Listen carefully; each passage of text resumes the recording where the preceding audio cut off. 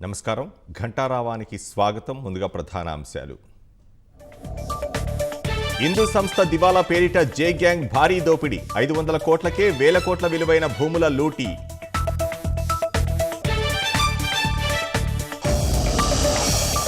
పుట్టపర్తిలో municipal vice chairman హల్చల్, అక్రమంగా ఇల్లు కడుతున్నారంటూ బెదిరింపులు.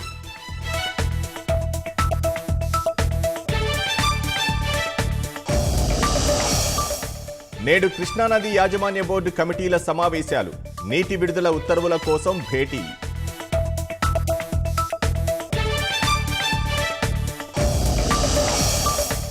భారత్ జోడో యాత్ర తపస్సు వంటిదన్న రాహుల్, దేశాన్ని ఏకం చేసేందుకు సుదీర్ఘ పోరాటానికి సిద్ధమని వెల్లడి.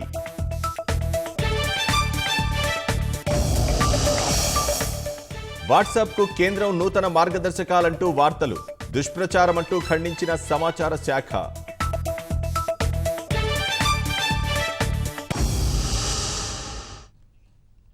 ఒకప్పుడు లేపాక్షి నాలెడ్జ్ హబ్ పేరిట అడ్డగోలుగా దోచేసిన జే గ్యాంగ్ ఇప్పుడు హిందూ ప్రాజెక్ట్స్ దివాలా ప్రక్రియను అడ్డుపెట్టుకుని భారీ లూటీకి తెగబడుతోంది. వివిధ బ్యాంకుల్లో హిందూ తాకట్టు పెట్టిన అత్యంత విలువైన లేపాక్షి భూములను కొల్లగొట్టేందుకు పక్కా స్కెచ్ వేసింది. 500 కోట్ల రూపాయల నామమాత్రపు చెల్లింపులతో వేల కోట్ల ఆస్తులు కాజేసే ప్రణాళికను పకడ్బందీగా అమలు చేసింది. పూర్తిగా దివాలా తీసిన ఓ సంస్థ పేరిట ఇంత పెద్ద దందా ఎలా సాధ్యమైంది? 500 కోట్ల సొమ్ము కోసం వేల కోట్ల ఆస్తులను వదులుకోవడానికి బ్యాంకులు ఎందుకు సిద్ధపడ్డాయి? ఈ మొత్తం వ్యవహారంలో రాష్ట్ర ప్రభుత్వ పాత్ర ఏంటి? హిందూ ప్రాజెక్ట్స్ దివాలా ప్రక్రియను తరచి చూస్తే అడుగడుగునా సాగిన అక్రమాల బాగోతం బట్టబయలవుతోంది.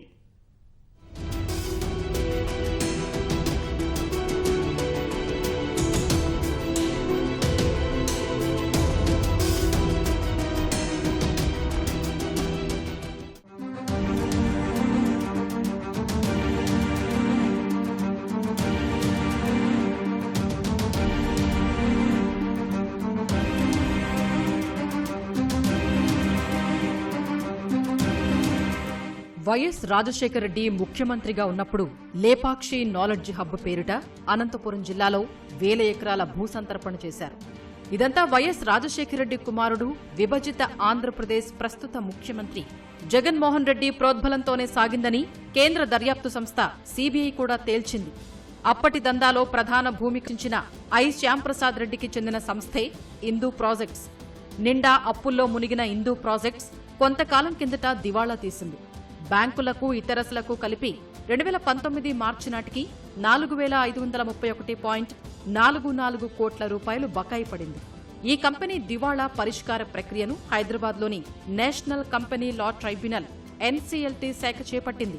ఈ పరిష్కారంలో భాగంగా రుణదాతలు క్లెయిమ్ చేసిన 4531.44 కోట్లలో 4138.54 కోట్ల అప్పులను దివాళా ప్రక్రియకు సంబంధించిన యంత్రాంగం ఆమోదించింది. ఈ మొత్తాన్ని మాఫీ చేసేందుకు K Ramachandra Rao transmission and projects తో కలిపి 500 కోట్లు చెల్లించగలమన్న ఎర్తిన్ ప్రాజెక్ట్స్ ప్రతిపాదనకు రుణదాతల కమిటీ అంగీకరించింది. ఈ మేరకు లా ట్రైబ్యునల్ అనుమతుల ప్రక్రియ కూడా పూర్తయింది. యాజమాన్య మార్పు తర్వాత చేపట్టే పనుల కోసం వర్కింగ్ క్యాపిటల్ గా మరో 40 కోట్లను ఆ సంస్థ సమకూర్చాల్సి ఉంటుంది. ఈ 40 కోట్లు కూడా బ్యాంకులకు చెల్లించకుండా ఎర్తిన్ కన్సార్షియమే ఉపయోగించుకుంటుంది. దివాళా ప్రక్రియ ఖర్చులకు ఇంకో ₹1 కోటి చెల్లించాల్సి ఉంటుంది. మొత్తంగా బ్యాంకులకు, ఇతర రుణదాతలకు కలిపి 500 కోట్లు మాత్రమే చెల్లించే ఎర్తిన్ కన్సార్షియానికి బ్యాంకుల వద్ద హిందూ తాకట్టు పెట్టిన ఆస్తులన్నీ వశమవుతాయి. వీటిలో అనంతపురం జిల్లాలో లేపాక్షి నాలెడ్జ్ హబ్ కు చెందిన 4191 ఎకరాలతో పాటు హైదరాబాద్లో అనుబంధ సంస్థల పేరిట ఉన్న విలువైన స్థలాలు, షేర్లు ఉన్నాయి. బెంగళూరు నుంచి హైదరాబాద్ వెళ్లే మార్గంలో ఆంధ్రప్రదేశ్ సరిహద్దు మొదలైనప్పటి నుంచి దాదాపు 18 కిలోమీటర్ల పరిధిలో 2 వైపులా లేపాక్షి భూములు ఉంటాయి. ఆంధ్రప్రదేశ్ సరిహద్దు నుంచి కర్ణాటక వైపు సుమారు 65 కిలోమీటర్ల దూరంలోని ఇదే రోడ్డును ఆనుకుని బెంగళూరు అంతర్జాతీయ విమానాశ్రయం ఉంది. అంటే రియల్ ఎస్టేట్ కోణంలో ఈ భూములు ఎంతటి విలువైనవో ఇట్టే అర్థం చేసుకోవచ్చు. లేపాక్షి భూముల కుంభకోణంపై 2013లో సిబిఐ వేసిన ఛార్జ్ షీట్లో అప్పటికి వాటి విలువ సగటున 15 లక్షలుగా లెక్కగట్టింది.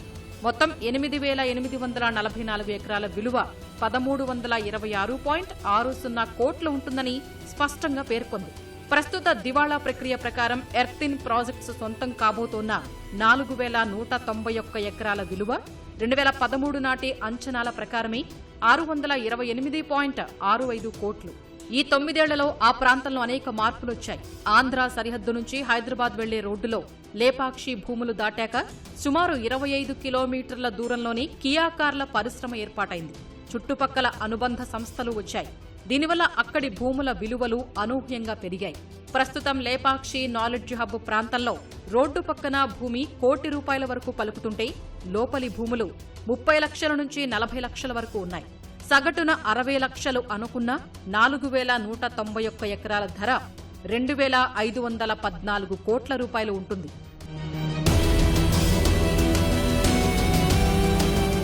హిందూ సంస్థ బ్యాంకుల్లో తాకట్టు పెట్టిన వాటిలో హైదరాబాద్ దుర్గం చెరువు వద్ద వీకే ప్రాజెక్ట్స్ కు చెందిన 5 ఎకరాల స్థలం ఉంది. సింధూరా, ఆస్టివా సంస్థలకు మియాపూర్లో ఉన్న 11.3 ఎకరాలు, శామీర్పేటలో సండరీ సంస్థ పేరిట 35 ఎకరాలు, కూకట్పల్లి వద్ద హిందూ ఫార్చ్యూన్ ఫీల్డ్స్ లోని 2,595.69 గజాల club house, Cyberabad hitech integrated township development corporation private limited సంస్థల్లో షేర్లు ఉన్నాయి. ఇందులో దుర్గం చెరువు వద్దనున్న 5 ఎకరాల భూమి విలువే 400 కోట్లకు పైగా ఉంటుంది. మియాపూర్లోని 11 ఎకరాలు 200 కోట్లు ఉంటుందని అంచనా. శామీర్పేటలోని 35 ఎకరాల విలువ మరో 200 కోట్ల రూపాయలకు పైమాటే. ఇతరత్ర ఆస్తులు, షేర్లు కూడా విలువైనవే. వీటన్నింటి జప్తును కేవలం 477 కోట్ల కోసం వదులుకునేందుకు బ్యాంకులు సిద్ధపడటం గమనార్హం. ఎవరైనా సామాన్యుడు అప్పు తీసుకుని ఇల్లు కొనుక్కున్న తర్వాత వాయిదాలు కట్టలేకపోతే ఆ విషయాన్ని పత్రికల్లో ప్రకటించి ఆస్తిని వేలం వేసి బ్యాంకులు సొమ్ములు వసూలు చేసుకుంటాయి. హిందూ విషయంలోనూ అదే విధానం అనుసరించి తాకట్టులోని ఆస్తులను విడిగా వేలం వేస్తే బ్యాంకులు ఇచ్చిన అప్పులతో పాటు వడ్డీలకు ఏమాత్రం ఢోకా ఉండదు. అయినా ఆ పని ఎందుకు చేయలేదో బ్యాంకులకే తెలియాలి. హిందూ ప్రాజెక్ట్స్ తీసుకున్న అప్పుల చిట్టా చూస్తే దివాళా ప్రక్రియకు బ్యాంకులు ఒప్పుకోవడమే అత్యంత ఆశ్చర్యకరం. 2019 మార్చి నాటి లెక్కల ప్రకారం స్టేట్ బ్యాంక్ ఆఫ్ ఇండియా 996.62 కోట్లు అప్పులివ్వగా ఐడీబీఐ బ్యాంక్ 803.10 కోట్ల రుణమిచ్చింది. ఎడెల్వెసిస్ అసెట్ రీకన్స్ట్రక్షన్ సంస్థ 451.46 కోట్లు, బ్యాంక్ ఆఫ్ ఇండియా 339.91 కోట్లు, సిండికేట్ బ్యాంక్ 217.18 కోట్లు, పంజాబ్ నేషనల్ బ్యాంక్ 223.33 కోట్లు, కెనరా బ్యాంక్ 196.70 కోట్లు, ఇండియన్ ఓవర్సీస్ బ్యాంక్ 243.87 కోట్లు ఇచ్చాయి. ఇక యూకో బ్యాంక్ 193.77 కోట్లు, సెంట్రల్ బ్యాంక్ ఆఫ్ ఇండియా 125.32 కోట్లు, ఆంధ్ర బ్యాంక్ 151.65 కోట్లు, ఎస్ఆర్ఈఐ ఎక్విప్మెంట్ ఫైనాన్స్ లిమిటెడ్ 246.98 కోట్లతో కలిపి మొత్తం 4,189.95 కోట్లు ఇందుకు అప్పులు కట్టబెట్టాయి. వీటికి తోడు నిర్వహణ ఖర్చుల కోసం చేసిన అప్పులు 291.34 కోట్లు, జీతాల బకాయిలు 6.48 కోట్లు, ఇతరత్ర అప్పులు 43.67 కోట్లు ఉన్నట్లు బ్యాంకుల లెక్కలు చెబుతున్నాయి. ఇంత భారీ మొత్తం ఇచ్చిన బ్యాంకులకు హిందూ దివాళా ప్రక్రియ ద్వారా దక్కేది కేవలం 500 కోట్లు. అందులోనూ 23 కోట్లు మిగిలిన వారికి పోగా బ్యాంకులకు చేరే వాస్తవ మొత్తం 477 కోట్లు. అంటే మొత్తం అప్పుల్లో 12% మాత్రమే. ఈ ఏడాది మే నుంచి దశలవారీ చెల్లింపులు కూడా మొదలయ్యాయి. 2019 మార్చి నుంచి ఈ ఏడాది మార్చి వరకు 8% వంతున 3,910.85 కోట్లకు వడ్డీ లెక్కించినా 936 కోట్లకు పైగానే అవుతుంది. దీన్ని బట్టి దివాళా ప్రక్రియతో బ్యాంకులు ఏ స్థాయిలో నష్టపోతున్నాయో అర్థమవుతుంది. ఇందుకు ప్రస్తుతం ఉన్న ఆస్తుల విలువను పూర్తిగా విస్మరించి దివాళా ప్రక్రియకు బ్యాంకులు అంగీకరించినట్లు స్పష్టమవుతోంది. దీని వెనుకున్న పెద్దలెవరో తెలిస్తే ఈ తంతు ఎందుకు జరిగిందో సులువుగా తెలిసిపోతుంది. హిందూ ప్రాజెక్ట్స్ దివాలా ప్రక్రియలో మొదటి నుంచి వైఎస్ జగన్మోహన్ రెడ్డితో సంబంధం ఉన్న సంస్థలు పాలుపంచుకున్నాయి. 2019 ఫిబ్రవరి 25న హిందూ దివాళా ప్రక్రియను ఎన్సీఎల్టీ ప్రారంభించగా కొంత మొత్తం చెల్లించి ఆస్తుల స్వాధీనానికి 7 సంస్థలు ఆసక్తి చూపాయి. వాటిలో Shyamaraju and company, circle C contract సంస్థ భాగస్వామ్యంతో Ramky estates and farms limited ఉన్నాయి. ఈ రెండింటిలో శ్యామరాజు కంపెనీ ఎక్కువ మొత్తాన్ని ప్రతిపాదించిన హిందూకు రుణాలిచ్చిన బ్యాంకర్ల కమిటీ ఆ ప్రణాళికను ఆమోదించలేదు. ఇక ప్రణాళికలు సమర్పించిన రెండో సంస్థ రామ్కీ గ్రూపు ఈ సంస్థతో జగన్కు ఉన్న బంధాన్ని సీబీఐ కూడా నిర్ధారించింది. రామ్కీ గ్రూపునకు చెందిన ఓ కంపెనీ వైఎస్ఆర్ అధికారంలో ఉన్నప్పుడు జగన్ అక్రమాల్లో పాలు పంచుకున్నట్లు సీబీఐ తేల్చింది. ఆ తర్వాత ఎర్తిన్ ప్రాజెక్ట్స్ సంస్థ ఇందు దివాళా ప్రక్రియపై ఆసక్తిని తెలియజేసింది. రుణదాతల కమిటీ విజ్ఞప్తిని పరిగణనలోకి తీసుకుని ఎర్తిన్తో పాటు ఇతర సంస్థల ప్రణాళికల సమర్పణకు ఎన్సీఎల్టీ గడువు పొడిగించింది. ఆ తర్వాత K Ramachandra Rao transmission and projects భాగస్వామ్యంతో ఎర్తిన్ ప్రాజెక్ట్స్తో పాటు Aurobindo reality and infrastructure limited, ace urban developers limited ప్రణాళికలు సమర్పించాయి. వీటిలో అరబిందో రియాలిటీ జగన్కు అత్యంత సన్నిహిత సంస్థ. జగన్ సీఎం అయ్యాక కాకినాడ సెజ్, కాకినాడ సీపోర్టుల యాజమాన్యాలు మారిపోయి ఆ కంపెనీలు అరబిందో పరమయ్యాయి.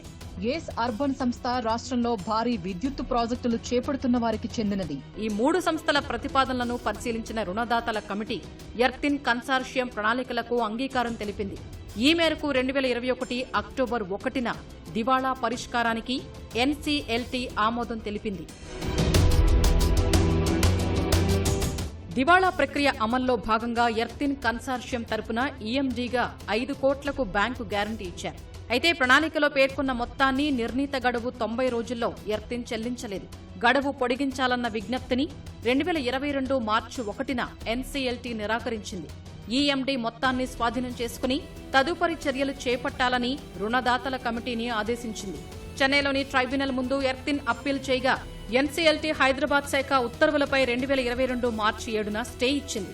ఆ తర్వాత నెల రోజులకు 2022 ఏప్రిల్ 8న జగన్ మేనమామ కమలాపురం ఎమ్మెల్యే పి రవీంద్రనాథ్ రెడ్డి కుమారుడు నరేన్ రామాంజులరెడ్డి ఎర్తిన్లో డైరెక్టర్గా చేరిపోయారు. ఇక అక్కడితో పరిణామాలు వేగంగా మారిపోయాయి. దివాళా ప్రక్రియ అమలుకు ఎర్తిన్ డబ్బు చెల్లించాల్సిన గడువును ట్రైబ్యునల్ పొడిగించింది. ఈ మేరకు 2022 ఏప్రిల్ 13న ఉత్తర్వులు ఇచ్చింది. అందుకు అనుగుణంగా డబ్బుల చెల్లింపు ప్రక్రియ మొదలవగా ఈ ఏడాది మేలో 50 కోట్లు చెల్లించారు. మరో విషయం ఏంటంటే ఎర్తిన్ ప్రాజెక్ట్స్ అత్యంత సాధారణ కంపెనీ. 2021 మార్చితో ముగిసిన ఆర్థిక సంవత్సరానికి ఆ సంస్థ మొత్తం ఆస్తులు 4.49 కోట్ల రూపాయలు మాత్రమే. వ్యాపార పరిమాణం 21.92 కోట్లు. అలాంటి సంస్థ దివాళా ప్రక్రియలో భాగస్వామి కావడం వెనుక పెద్దల ప్రోద్బలం, అండదండలు ఏ స్థాయిలో ఉన్నాయో అర్థం చేసుకోవడం అంత కష్టమేమీ కాదు. ఇంతటి పగడ్బందీ ప్లాన్తో వేల కోట్ల విలువైన భూములు మింగేస్తుంటే ప్రజలకు జవాబుదారీగా ఉండాల్సిన రాష్ట్ర ప్రభుత్వం మౌన సాక్షిగా మిగిలిపోవడమే విడ్డూరంగా ఉంది. లేపాక్షి భూములను తాకట్టు పెట్టి హిందూ సంస్థ తీసుకున్న రుణాలను ప్రాజెక్టు అభివృద్ధిపై ఖర్చు పెట్టలేదు.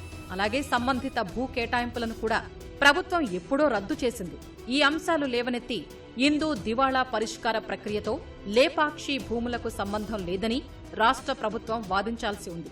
భూములను కాపాడుకునేందుకు, కేసులు కొలిక్కి వచ్చాక తిరిగి పేదలకు ఇవ్వడానికి లేదా ఇతరత్రా ప్రజా ప్రయోజనాలకు ఉపయోగించేందుకు రాష్ట్ర ప్రభుత్వం కృషి చేయాల్సి ఉంది.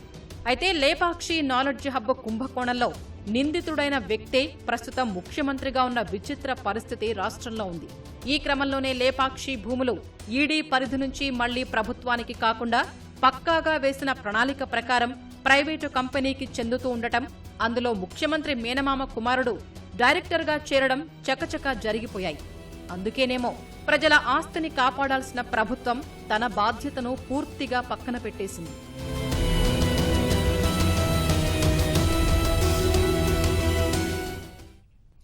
తెలుగు రాష్ట్రాలకు కృష్ణా జలాల విడుదలతో పాటు జల విద్యుదుత్పత్తి, రూల్ కర్వ్స్, వరద జలాల అంశాలపై చర్చకు కేఆర్ఎంబీ కమిటీలు ఇవాళ సమావేశం కానున్నాయి. ఈ మేరకు తెలంగాణ, ఏపీ అధికారులకు బోర్డు సమాచారం ఇచ్చింది.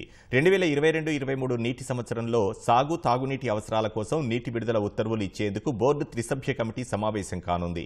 కృష్ణా బోర్డు సర్వసభ్య కార్యదర్శితో పాటు 2 రాష్ట్రాల ఈఎన్సీలు త్రిసభ్య కమిటీలో సమావేశంలో పాల్గొంటారు. తెలంగాణ, ఆంధ్రప్రదేశ్ అవసరాలకు అనుగుణంగా నీటి విడుదలపై సమావేశంలో చర్చించి ఓ నిర్ణయం తీసుకుంటారు.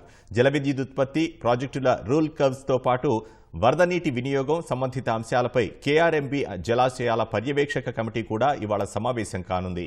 కృష్ణా బోర్డు సభ్యుడు ఆర్కే పిళ్ళై నేతృత్వంలో జరిగే ఈ సమావేశంలో బోర్డు ఇతర సభ్యులు, తెలంగాణ, ఏపీ ఈఎన్సీలు, జెన్కో డైరెక్టర్లు పాల్గొంటారు. 3 అంశాలకు సంబంధించిన సిఫార్సులతో రూపొందించిన నివేదికపై ఆర్ఎంసీ సమావేశంలో చర్చిస్తారు. నివేదికను పరిశీలించి సంతకాలు చేసేందుకు ఆర్ఎంసీని సమావేశపరుస్తున్నట్లు తెలిపారు. దీంతో ఇవాల్టి సమావేశంపై ఆసక్తి నెలకొంది.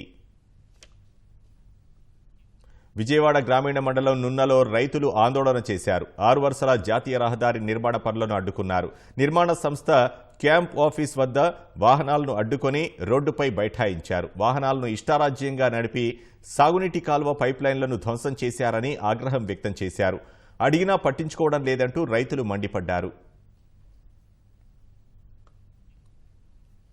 కృష్ణా జిల్లా గన్నవరంలో జాతీయ రహదారిపై ప్రమాదం జరిగింది. రాజమహేంద్రవరం నుంచి విజయవాడకు వెళ్తున్న కారు గన్నవరం బస్టాండ్ వద్ద లారీని వెనుక నుంచి ఢీకొట్టింది. ప్రమాద సమయంలో కారులో 3 ప్రయాణిస్తుండగా ఒకరు అక్కడికక్కడే ప్రాణాలు కోల్పోయారు. మరో 2కి గాయాలు కాగా వారిని 108 వాహనంలో ఆసుపత్రికి తరలించారు.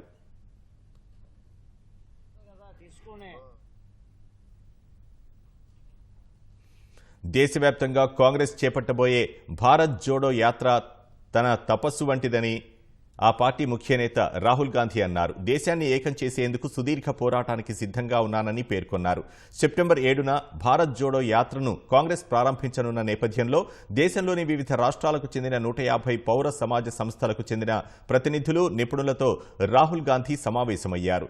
దేశ ప్రజలు సమైక్యతను కోరుకుంటున్నారని, విభజన రాజకీయాలను కాదన్న నమ్మకంతో ఈ యాత్ర ప్రారంభిస్తున్నట్లు రాహుల్ తెలిపారు. ఈ యాత్రలో తన వెంట ఎవరున్నా లేకున్నా పర్వాలేదని, ఒంటరిగానైనా ప్రయాణించేందుకు సిద్ధంగా ఉన్నానని రాహుల్ స్పష్టం చేశారు. మరోవైపు కాంగ్రెస్ చేపట్టబోయే యాత్రకు సంపూర్ణ మద్దతు ప్రకటిస్తున్నట్లు పౌర సంస్థల ప్రతినిధులు సంయుక్త ప్రకటన విడుదల చేశారు.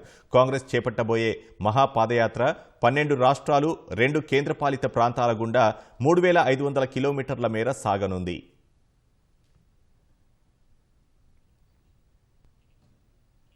వాట్సాప్ చాటింగ్లను పర్యవేక్షించేందుకు కేంద్ర ప్రభుత్వం నూతన మార్గదర్శకాలు విడుదల చేసిందంటూ జరుగుతున్న ప్రచారాన్ని కేంద్రం ఖండించింది. కేంద్ర సమాచార శాఖలోని PIB ఈ మేరకు స్పష్టం చేసింది. వాట్సాప్లో బ్లూటిక్తో పాటు కొత్తగా రెడ్ టిక్ పడుతుందంటూ దాని అర్థం కేంద్ర నిఘా వ్యవస్థలు సందేశాలను చదవడమే అని సోషల్ మీడియాలో వార్తలు చక్కర్లు కొడుతున్నాయి. అలాంటిదేమీ లేదని ఇప్పటికే వాట్సాప్ కూడా క్లారిటీ ఇచ్చింది. వాట్సాప్ సందేశాలను ఎవరూ చదవలేరని స్పష్టం చేసింది. ఎలాంటి రాజకీయ నేపథ్యం లేకుండా ఉపరాష్ట్రపతి స్థాయికి జగదీప్ ధన్కడ్ ఎదిగిన తీరు దేశ ప్రజాస్వామ్య గొప్పతనానికి నిదర్శనమని సుప్రీంకోర్టు ప్రధాన న్యాయమూర్తి జస్టిస్ NV రమణ అన్నారు. ఉపరాష్ట్రపతి పదవిని అలంకరించిన జగదీప్ ధన్కడ్ను సుప్రీంకోర్టు బార్ అసోసియేషన్ సన్మానించింది. ఈ కార్యక్రమంలో మాట్లాడిన CJI జస్టిస్ రమణ, ప్రజాస్వామ్యం అందరికీ అవకాశాలు ఎలా కల్పిస్తుందో చెప్పడానికి ధన్కడ్ ప్రత్యక్ష ఉదాహరణగా పేర్కొన్నారు. As a lawyer, as an elected representative, as a minister or as a governor till recently, he made a mark through his proactive approach. The high office of Vice President comes with far greater responsibilities. During his tenure, Sri Dhankar will have a new and challenging opportunity to ensure smooth functioning of Rajya Sabha as its ex-officio chairman. I know it is not easy to satisfy each honourable member of the House, but I am confident that with his rich courtcraft and exposure in diverse fields, Dhankarji will definitely manage to take along all sections of the House. Very soon I am going to retire, and I hope to watch on television quality debates in Rajya Sabha being presided over by Dhankar. భారత అభ్యంతరాలను బేఖాతరు చేస్తూ శ్రీలంకలోని హంబన్ తోటలో మకాం వేసిన China అత్యాధునిక నిఘా నౌక yuan వాంగ్ 5 తిరుగు ప్రయాణమైంది. గగనతల నిఘా, ఉపగ్రహాలు, బాలిస్టిక్ క్షిపణుల కదలికలను పసిగట్టే సామర్థ్యం ఉన్న ఈ నౌక శ్రీలంకకు రావడంపై భారత్ తీవ్ర అభ్యంతరం వ్యక్తం చేసింది. అయినా లంకకు వచ్చిన ఈ నౌక 6 రోజుల తర్వాత చైనాకు పయనమైంది. ఇంధనం నింపుకోవడం సహా సాధారణ కార్యకలాపాల కోసమంటూ శ్రీలంకలోని హంబన్టోటా ఓడరేవులో మకాం వేసిన అత్యాధునిక నిఘా వ్యవస్థలతో కూడిన చైనా నౌక యువాన్ వాంగ్ 5 స్వదేశానికి తిరుగు పయనమైంది. యువాన్ వాంగ్ 5 నౌక ఆగస్టు 16 ఉదయం 8:20 హంబన్టోటా ఓడరేవుకు చేరుకుందని, ఇంధనం నింపడం సహా మరికొన్ని సాధారణ పనులు పూర్తి చేసుకున్న తర్వాత ఆగస్టు 22 సాయంత్రం 4 గంటలకు శ్రీలంక నుంచి చైనా బయలుదేరిందని లంక అధికారులు ప్రకటించారు. ఈ నౌక చైనాలోని జియాంగ్ ఇన్ పోర్టుకు చేరుకుంటుందని తెలిపారు. నౌక హంబన్టోటా పోర్టులో ఉన్న 6 రోజులు చైనా రాయబార కార్యాలయం కోరిన సాయాన్ని అందించామని లంక నౌకాదళం వెల్లడించింది.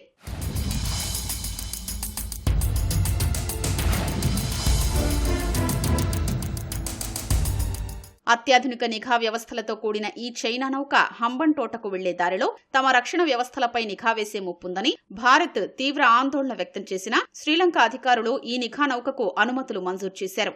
దీనిపై భారత్ అప్పట్లోనే తీవ్ర ఆందోళన వ్యక్తం చేసింది. భౌగోళికంగా అత్యంత కీలక ప్రాంతంలో భారత్కు అతి సమీపంలో ఉన్న హంబన్టోటా నౌకాశ్రయంలో చైనా నిఘా నౌక మకాం వేయడం పలు అనుమానాల్ని రేకెత్తించింది.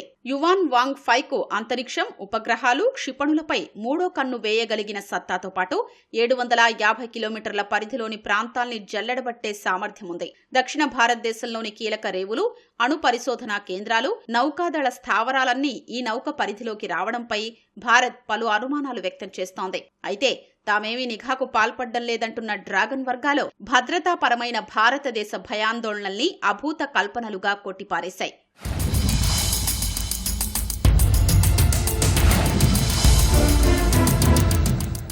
శ్రీలంకలోని హంబన్టోటా నౌకాశ్రయాన్ని డ్రాగన్ రుణాలతోనే నిర్మించారు. ఆ అప్పుల్ని లంక సర్కార్ తిరిగి చెల్లించలేక 99 ఏళ్ల లీజుకు చైనాకు ధారాదత్తం చేసింది. రష్యా అధ్యక్షుడు పుతిన్ అంతరంగికుడు అలెగ్జాండర్ డుగిన్ కుమార్తె డారియా డుగిన్ హత్య వెనుక ఉక్రెయిన్ హస్తం ఉందని రష్యా ఆరోపించింది. ముందే నియమించుకున్న ఓ కాంట్రాక్టర్ సాయంతో ఉక్రెయిన్ స్పెషల్ సర్వీసెస్ ఈ హత్యకు పాల్పడినట్లు తెలిపింది. అయితే రష్యా ఆరోపణల్లో వాస్తవం లేదని ఉక్రెయిన్ అంటోంది. రష్యా అధ్యక్షుడు వ్లాదిమిర్ పుతిన్ ఆంతరంగికుడు అలెగ్జాండర్ డూగిన్ కుమార్తె హత్య వెనుక ఉక్రెయిన్ హస్తం ఉందని రష్యా ఆరోపించింది. ఈ కారు బాంబు పేలుడు కుట్రను ఉక్రెయిన్ స్పెషల్ సర్వీసెస్ పన్నిందని రష్యా తెలిపింది. ఈ కేసును పరిష్కరించామని Russia federal security service FSB వెల్లడించింది. డూగిన్ హత్యలో ఉక్రెయిన్ ప్రత్యక్ష హస్తం ఉన్నట్లు తెలిపింది. ఇందుకోసం ఉక్రెయిన్ స్పెషల్ సర్వీసెస్ ఒక కాంట్రాక్టర్ను నియమించిందని పేర్కొంది. అతను జూలైలో తన కుమార్తెతో కలిసి రష్యా వచ్చినట్లు FSB పేర్కొంది. డూగిన్ కుమార్తె డారియా డూగిన్ ఉన్న అపార్ట్మెంట్లోని ఆ కాంట్రాక్టర్ కుమార్తె అద్దెకు దిగిందని తెలిపింది. పేలుడు ఘటన తర్వాత ఆమె ఈస్టోనియాకు పారిపోయినట్లు FSB వెల్లడించింది. అయితే డారియా డూగిన్ హత్యలో తమ హస్తం ఉందని వస్తున్న వార్తలను ఉక్రెయిన్ తోసిపుచ్చింది. రష్యా అధ్యక్షుడు వ్లాదిమిర్ పుతిన్ కు ఆధ్యాత్మిక గురువుగా అలెగ్జాండర్ డూగిన్ కు పేరుంది. ఆయన సలహాతోని ఉక్రెయిన్పై పుతిన్ సైనిక చర్య ప్రారంభించారని అంటారు. అలెగ్జాండర్ను లక్ష్యంగా చేసుకుని ఈ కారు బాంబు దాడి జరిగిందని మాస్కో వర్గాలు పేర్కొంటున్నాయి. శనివారం రాత్రి డూగిన్ తన కుమార్తె డారియాతో కలిసి ఓ కార్యక్రమంలో పాల్గొన్నారు. తిరిగి వీరిద్దరూ ఒకే కారులో ఇంటికి వెళ్లాలి. చివరి నిమిషంలో డూగిన్ వేరే కారులోకి మారడంతో ఆయనకు ముప్పు తప్పింది. ఇది ప్రణాళిక ప్రకారం చేసిన నేరమని రష్యా విచారణ అధికారులు తెలిపారు. పుతిన్ ఆంతరంగికుల్లో అలెగ్జాండర్ కీలక వ్యక్తి. అధ్యక్షుడి కళ్ళు, చెవులు కూడా ఆయనేనని అంటారు. ఈ కారు బాంబు పేలుడులో మృతి చెందిన 29 ఏళ్ల డారియా పాత్రికేయురాలు. ఆమె కూడా యుద్ధాన్ని సమర్థిస్తూ వ్యాసాలు రాశారు. తండ్రి, కుమార్తెలిద్దరూ అమెరికా ఆంక్షల జాబితాలో ఉన్నారు. కాకినాడలో సంచలనం కలిగించిన పోక్సో కోర్టు పబ్లిక్ ప్రాసిక్యూటర్ హత్య కేసులో ఆయన భార్య అహ్మదున్నీసా బేగంను పోలీసులు అరెస్టు చేశారు. జూన్ 23న పబ్లిక్ ప్రాసిక్యూటర్ మహమ్మద్ అక్బర్ ఆజాంను 2 వ్యక్తుల సాయంతో మత్తు ఇచ్చిన హతమార్చిన ఆయన భార్య అనంతరం సహజ మరణంగా చిత్రీకరించింది. ఈ ఘటనపై అనుమానంతో ఆజాం తండ్రి హుస్సేన్ ఈ నెల 17న పోలీసులకు ఫిర్యాదు చేశారు. దీంతో పోలీసులు ఈ నెల 20న మృతదేహానికి రీపోస్టు మార్టం నిర్వహించారు. నిజం బయటపడే అవకాశం ఉందని భావించి మృతుడి భార్య హత్య చేసినట్లు ఒప్పుకున్నట్లు కాకినాడ పోలీసులు తెలిపారు. సహజ మరణం, హార్ట్ అటాక్ అనేసి అన్నారు. అప్పుడు మనం ఏమీ కేసు రిజిస్టర్ చేయలేదు. సబ్సిక్వెంట్ గా అక్బర్ గారి తండ్రి ఎవరైతే ఉన్నారో ఆయనకి అనుమానం వచ్చి ఆయన ఒక మనకి పిటిషన్ ఇవ్వడంతో మనం దాన్ని 174 సస్పిషియస్ డెత్ గా ఆల్టర్ చేసి శవ పంచనామా ఇవన్నీ జరుగుతూ ఉంది అనేసి అంటే తన యొక్క నేరం ఖచ్చితంగా బయటపడుతుందన్న ఉద్దేశంతో ఆమె ఇచ్చి చెప్పడం వల్ల దీన్ని మార్చారు. తనకి తన ఇంటిపై ఉన్న వ్యక్తికి కొద్దిగా సాన్నిహిత్యం ఉంది. ఆ సాన్నిహిత్యం వల్ల ఇతన్ని చంపవలసి వచ్చిన అవసరం పడింది అనేసి చెప్తాం. క్లోరోఫామ్ సీసా కూడా మనం సీజ్ చేయడం జరిగింది.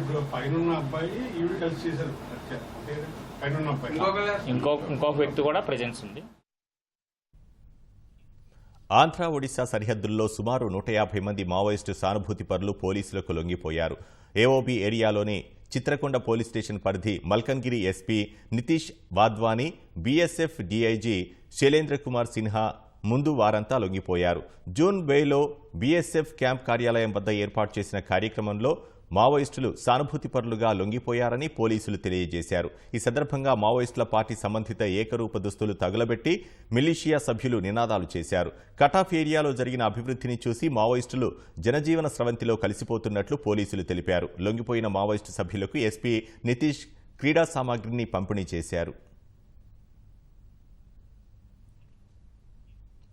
చేపలు పట్టడానికి వలలాగిన జాలరీకి 15 అడుగుల పొడవైన పాము దర్శనమిచ్చింది. నెల్లూరు జిల్లా దామరమడుగు వేగూరు కాలువలో ఈ సంఘటన జరిగింది. చేపలు పట్టేందుకు కాలువలో వల విసిరి కొంతసేపటి తర్వాత దాన్ని లాగేందుకు ప్రయత్నించగా వల భారంగా అనిపించడంతో పెద్ద చేపలు చిక్కాయని జాలరీ సంబరపడ్డాడు. తీరా లాగి చూస్తే అందులో 15 అడుగుల పొడవైన కొండ చిలువను చూసి ఆశ్చర్యానికి గురయ్యాడు. స్థానికుల ద్వారా ఆత్మకూరు అటవీ అధికారులకు జాలరీ సమాచారం అందించాడు.